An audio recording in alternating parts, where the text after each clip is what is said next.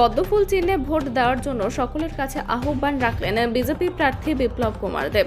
আগামী 19 এপ্রিল পশ্চিম ত্রিপুরা লোকসভা আসনের নির্বাচনকে সামনে রেখে সিপাহীজলা ত্রিপুরা জেলা মেলাঘর ব্রিজ চৌমুহানি এলাকায় রোড শো করলেন ত্রিপুরার প্রাক্তন মুখ্যমন্ত্রী তথা পশ্চিম ত্রিপুরা লোকসভা আসনের বিজেপি প্রার্থী বিপ্লব কুমার দেব।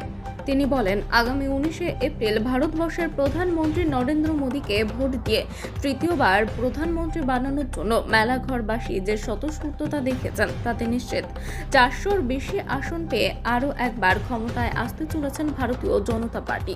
আগামী 19 এপ্রিল সকল ভোটারদের পদ্মফুল চিহ্নে ভোট দেওয়ার আহ্বান রাখলেন বিজেপি প্রার্থী বিপ্লব কুমার দেব।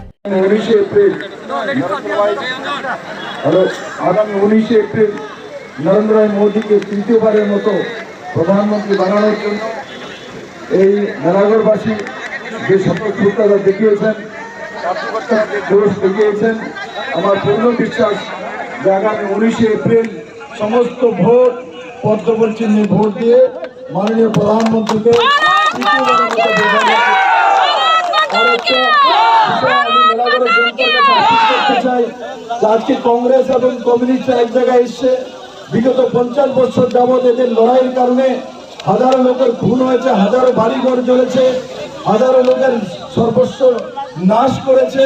আর আজকে এক জায়গায় কংগ্রেস কমিউনিস্ট তাদেরকে সহি দিশা দেখানোর জন্য, তাদেরকে সহি রাস্তা দেখানোর জন্য, তাদের যে কুকর্মের জন্য তাদেরকে শাস্তি দেওয়ার জন্য আগামী 19 এপ্রিল সমস্ত মেলাঘরবাসী পদ্মফুল চিহ্নে ভোট দিয়ে নরেন্দ্র মোদীকে তৃতীয়বারের মতো প্রধানমন্ত্রী বানিয়ে মেলাঘরবাসী নিশ্চিত সেই দিশাতে কাজ করবে। এবার আমার সঙ্গে আরো ভারত মাতা কি, নরেন্দ্র মোদী কি, মেলাঘরবাসী কি। ধন্যবাদ।